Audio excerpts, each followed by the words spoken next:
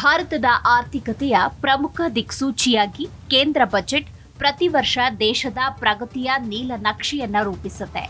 2026-27ರ ಕೇಂದ್ರ ಬಜೆಟ್ ಹಣಕಾಸು ಸಚಿವೆ ನಿರ್ಮಲಾ ಸೀತಾರಾಮನ್ ನೇತೃತ್ವದಲ್ಲಿ ಫೆಬ್ರವರಿ 1ರಂದು ಮಂಡನೆಯಾಗುವ ನಿರೀಕ್ಷೆ ಇದ್ದು, ಇದು ವಿಕಸಿತ ಭಾರತದ ಕನಸನ್ನ ಸಾಕಾರಗೊಳಿಸುವ ದಿಶೆಯಲ್ಲಿ ಮಹತ್ವದ ಹೆಜ್ಜೆಯಾಗುವ ಸಾಧ್ಯತೆ ಇದೆ ಅಂತ ಹೇಳಲಾಗ್ತಾ ಇದೆ.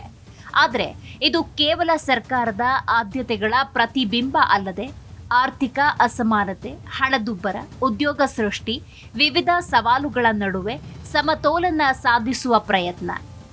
ವಿಶೇಷವಾಗಿ ಚಿನ್ನದ ಆಮದು ಸುಂಕ, ಜಿಎಸ್ಟಿ ರಿಲೀಫ್ ಸಿಗಬಹುದಾ ಅನ್ನೋದರ ಬಗ್ಗೆ ಒಂದಷ್ಟು ಕುತೂಹಲ ಹೆಚ್ಚಾಗಿದೆ. ಮೊದಲನೇದಾಗಿ ಬಜೆಟ್ 2026ರ ಹಿನ್ನೆಲೆಯನ್ನ ಅರ್ಥ ಮಾಡಿಕೊಳ್ಬೇಕು. 2025ರಲ್ಲಿ ಭಾರತದ ಜಿಡಿಪಿ ಬೆಳವಣಿಗೆ ಸುಮಾರು 7%ರ ಸುತ್ತಮುತ್ತ ಇದ್ದು ಹಣದುಬ್ಬರ ನಿಯಂತ್ರಣದಲ್ಲಿದೆ. ಆದರೆ ಜಾಗತಿಕ ಅನಿಶ್ಚಿತತೆಗಳು, ಅಮೆರಿಕದ ಟ್ಯಾಕ್ಸ್ ಏರಿಕೆ, ಚೀನಾದ ಆರ್ಥಿಕ ಮಂದಗತಿ, ಯುದ್ಧಗಳು ಭಾರತದ ಆಮದು ರಫ್ತುಗಳ ಮೇಲೆ ಪರಿಣಾಮ ಬೀರ್ತಾ ಇದೆ. ಬಜೆಟ್ನಲ್ಲಿ ಸರ್ಕಾರ ರಾಜಕೀಯ ದಾಯಿತ್ವವನ್ನ ಗಮನದಲ್ಲಿಟ್ಟುಕೊಂಡು ಮಧ್ಯಮ ವರ್ಗಕ್ಕೆ ತೆರಿಗೆ ರಿಲೀಫ್ ನೀಡೋ ನಿರೀಕ್ಷೆ ಇದೆ. ಉದಾಹರಣೆಗೆ, ಆದಾಯ ತೆರಿಗೆಯಲ್ಲಿ ಸ್ಟ್ಯಾಂಡರ್ಡ್ ಡಿಡಕ್ಷನ್ ಹೆಚ್ಚಳ ಅಥವಾ ಹೊಸ ತೆರಿಗೆ ವ್ಯವಸ್ಥೆಯ ಸರಳೀಕರಣ ಮಾಡಬಹುದು. ಆದರೆ ಇದು ಕೇವಲ ರಾಜಕೀಯ ಲಾಭಕ್ಕಾಗಿ ಇರಬಹುದು ಅನ್ನೋ ವಿಮರ್ಶೆಯೂ ಇದೆ. ಯಾಕಂದ್ರೆ ದೀರ್ಘಕಾಲೀನ ಆರ್ಥಿಕ ಸ್ಥಿರತೆಗೆ ಇದು ಸಾಕಾಗೋದಿಲ್ಲ. ಚಿನ್ನದ ಆಮದು ಸುಂಕ ಮತ್ತು ಜಿಎಸ್ಟಿ ಇದು ಬಜೆಟ್ನಲ್ಲಿ ಮುಖ್ಯ ವಿಷಯ ಆಗೋ ನಿರೀಕ್ಷೆ ಇದೆ. 2024ರಲ್ಲಿ ಚಿನ್ನದ ಮೂಲ ಸುಂಕವನ್ನ 15%ಇಂದ 6%ಗೆ ಇಳಿಸಲಾಗಿತ್ತು. ಇದರಿಂದಾಗಿ ಕಳ್ಳಸಾಗಣೆ ಕಡಿಮೆಯಾಗಿ ಚಿನ್ನದ ಬೆಲೆಗಳು ತಾತ್ಕಾಲಿಕವಾಗಿ ಕಡಿಮೆಯಾಗಿದ್ದವು.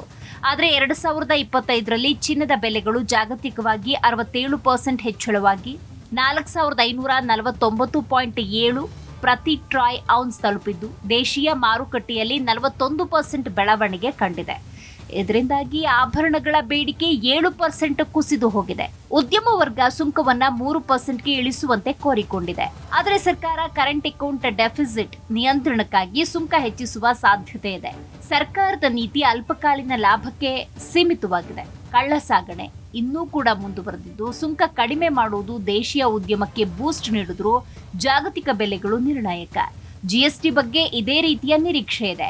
ಚಿನ್ನ ಮತ್ತು ಬೆಳ್ಳಿ ಆಭರಣಗಳ ಮೇಲೆ ಪ್ರಸ್ತುತ 3% ಜಿಎಸ್ಟಿ ಇದ್ದು, ಉದ್ಯಮ ವರ್ಗ 1.25% ಇಳಿಸುವಂತೆ ಕೋರಿಕೊಂಡಿದೆ.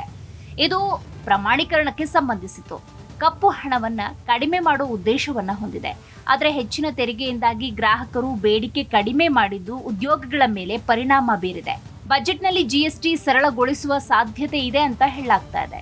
ಆದರೆ ಸರ್ಕಾರ ರಾಜಸ್ವ ಹೆಚ್ಚಳಕ್ಕಾಗಿ ಇದನ್ನ ಬದಲಾಯಿಸದಿರುವ ಸಂಭವ ಹೆಚ್ಚು. ಯಾಕಂದ್ರೆ ಚಿನ್ನದ ಮೇಲಿನ ತೆರಿಗೆ ಭಾರತದ ಸಾಂಪ್ರದಾಯಿಕ ಸಂಸ್ಕೃತಿಯೊಂದಿಗೆ ಸಂಘರ್ಷಿಸುತ್ತೆ.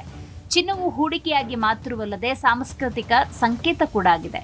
ಸರ್ಕಾರ ಇದನ್ನ ಕಡೆಗಣಿಸಿ ಕೇವಲ ರಾಜಸ್ವಕ್ಕಾಗಿ ನೀತಿಗಳನ್ನ ರೂಪಿಸುತ್ತಿದೆ ಅನ್ನೋ ಆರೋಪ ಕೂಡ ಇದೆ.